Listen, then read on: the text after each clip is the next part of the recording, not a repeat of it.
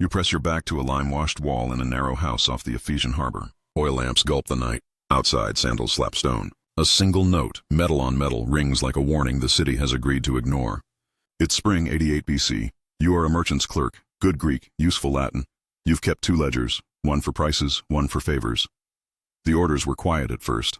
Doors barred, lists circulated, names crossed out. Then the signal turned the city into a verdict. In the alleys, people you greet every morning walk in lines toward the quay, faces set, knives hidden under cloaks. You smell brine, stale wine, and something sour, the breath of panic. You reach for the second ledger and freeze. The first knock is not on your door. A child 2 courtyards away begins to cry, and the open sea answers with a muffled cheer from the ships. Tonight, allegiance is measured in blood. Tomorrow, Rome will call this a crime. Others will call it justice. You will call it a choice that never was. And the choice will not end here. The massacre you survive becomes the justification for a wider revenge that won't spare your city. You live in a world of dazzling facades. Colonnades, theaters, sacred groves. Asia Minor's cities flaunt culture the way merchants flaunt dyed cloth. But behind that stage, a second script runs. Roman tax farmers bid high, squeeze hard, and leave resentments tallied in ink and humiliation. Cicero, decades later, will defend a governor accused of abusing this same province and still admit how Asia's finances bind it to Rome. Records suggest that long before the first sword fell, ledgers had already written a kind of slow violence. The time and place are not ancient world in general. Your map is Western Anatolia and the Aegean. 8863 BC, the 1st through 3rd Mithridatic Wars. Your question is not, who was right? It is colder. How did revenge become policy, and who paid the bill? You will see grand decrees travel faster than mercy, and you will watch cities learn that neutrality is a myth when kings and republics settle scores. One account number keeps growing. It belongs to vengeance. The first payment is due at dusk. Multiple ancient writers say King Mithridates VI of Pontus ordered cities across Asia to destroy Romans and Italians on a set day. Appian places the massacre in his Mithridatic Wars. Later writers tally 80,000 to 150,000 dead. Modern historians caution that numbers vary, but agree on coordination and breadth. Athens sided with Mithridates. Sulla besieged the city, tore down sections of wall near the Heptacalcum, and on 1st March 86 BC took Athens at midnight. Literary and archaeological studies note widespread plunder and fire. Sulla's own biographer, Plutarch, stresses the reprisals. During the same war, Archelaus, Mithridates' general, seized Delos and slew thousands, many of them Italians. According to Appian, section 28, the island's sanctuary and trade hub made the message unmistakable. Rome could not protect its own. Forensic lexicon matters here. You're not reading myth. You're reading synchronized decrees, city rolls, temple inventories, siege stratigraphy, and court speeches written to defend the accused. The data are partial. The pattern is not. Orders on paper become footsteps at your door. Start with hierarchies. At the apex, Mithridates VI turns grievance into a royal directive.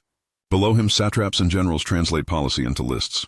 In the cities, civic councils decide whether to obey and how much. On the other side, Rome projects power through governors, proconsuls, and publicani, private companies tasked to farm taxes. Each rung has an incentive: money, survival, prestige. Logistics move the plot. Harbors control grain and escape. Walls control time. Temples control credit and morale. Letters carry both threats and promises. When Mithridates promises debt relief and citizenship privileges to those who purge Italians, he offers cities a ledger rewrite.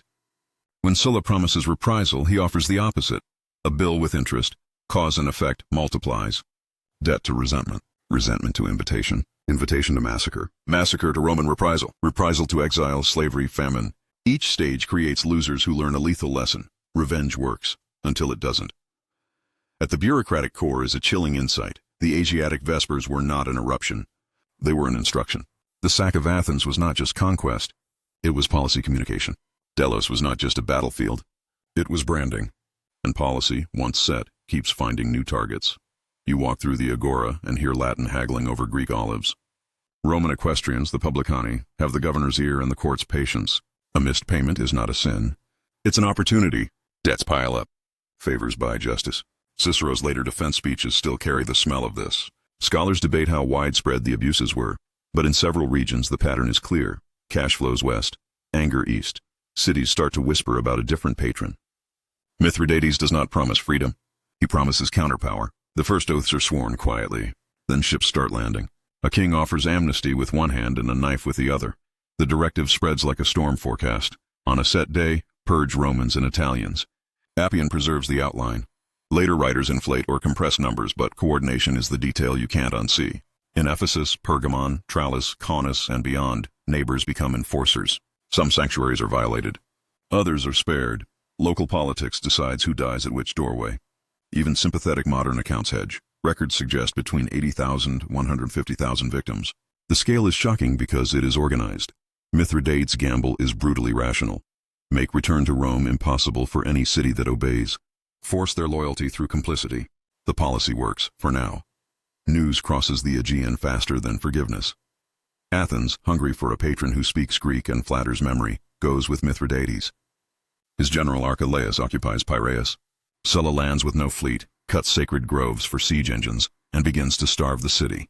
Greek deserters point to a weak section, the Heptacalcum, and on 1st March 86 BC the wall falls. Plutarch says Sulla's fury is tempered only after pleas. Archaeology maps burned layers and collapsed quarters. Cities watch what treason buys. They also watch what retribution, Roman-style, costs. Athens survives. But its lesson is burned into stone. Across the water, an island learns a darker version. Delos is sacred neutral. Commercial until it isn't. In Appian's Power 28, Archelaus storms the island and kills thousands. Most of them Italians. Temples that once handled pan-Mediterranean trade become counting houses of death. The symbolism is weaponized. Strike at Rome's merchant arteries and its pride. Rhodian resistance shows not every city bends, but the aura of safety around Italian merchants is shattered. When Rome comes back, it remembers the island. Neutrality once broken stays brittle. The war grows, and so does the idea that revenge can scale. Years later, Rome's Lucullus drives the war inland. On 6 October 69 BC, he meets Tigranes the Great, Mithridates' son-in-law, at Tigranocerta, and wins. Plutarch sketches the tactics. Others argue figures, but the point is strategic. Rome turns revenge for 88 BC into a doctrine of forward defense and regime change. Each victory produces a procession of captives, treaties and new debts. The wheel turns, but it does not stop. One king still refuses to pay the final price. Athens, midnight 1st March 86 BC.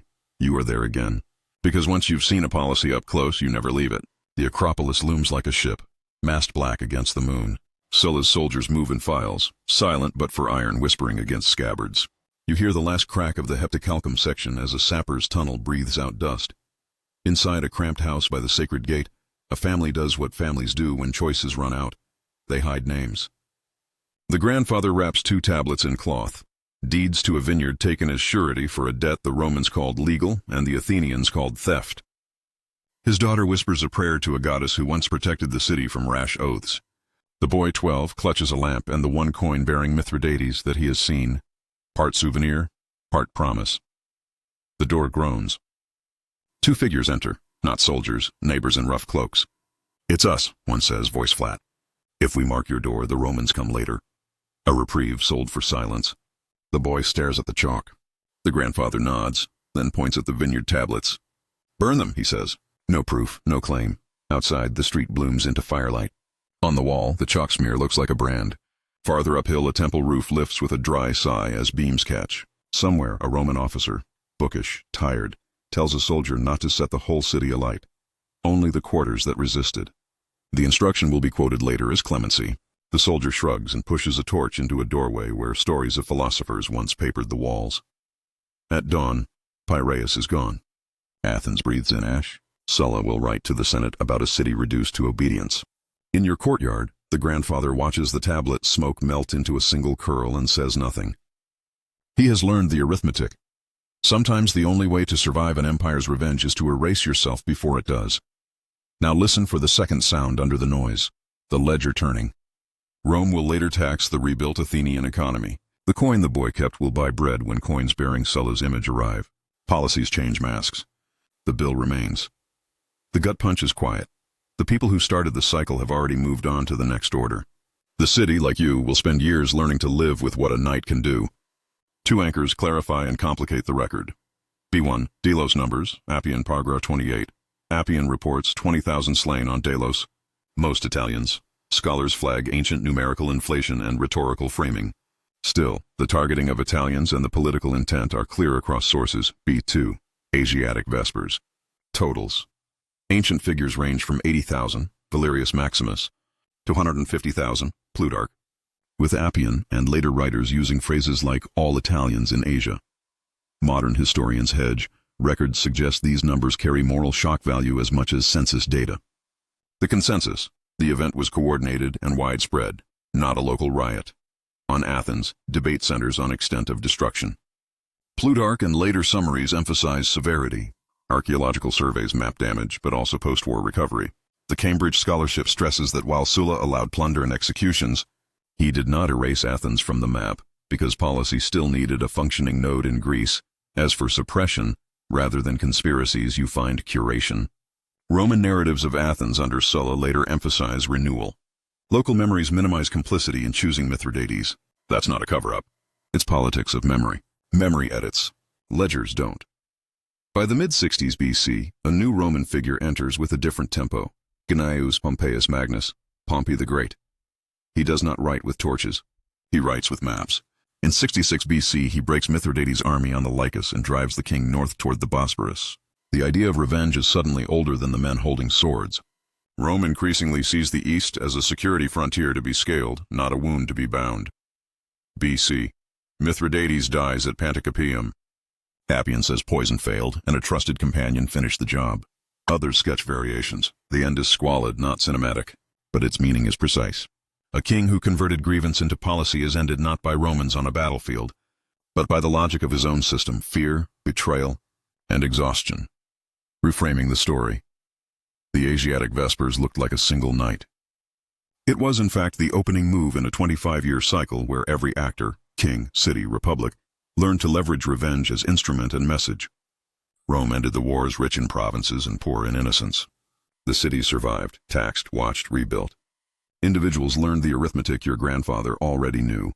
Rome's jurists will later refine prescriptions, public lists of enemies, as a domestic tool. Nuance note: proscription, in the Roman sense, was a formal posted list of outlaws whose lives and property were forfeit. It was not a secret purge. The state turns private hatred into public paperwork because the machine has discovered something. Vengeance scales best when it looks like administration. The blade that built an empire is now part of its law. You started in a narrow Ephesian house, hearing a signal meant to sort a city. You end with an empire that has learned to signal through law, census, and decree. The human cost is plain in what the sources agree on. Coordinated killings, sack and starvation, islands punished, kings unmade. Where numbers swell, you hedge. Where patterns harden, you don't. The lesson is not that people in antiquity were crueler. It is that institutions can adopt revenge as standard operating procedure, and do so with signatures and seals. The marble facades stay bright. The ledgers grow thick. The night breathes out. The opening image returns. A chalk mark on a door. In one line, the policy of a king and the promise of a republic meet.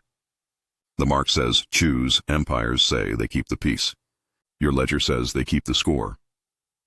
Next, we travel west, to the early Roman Empire in Judea, where repercussion and revolt create their own ledger of reprisals. Was Jerusalem punished to make an example, or to close a balance sheet?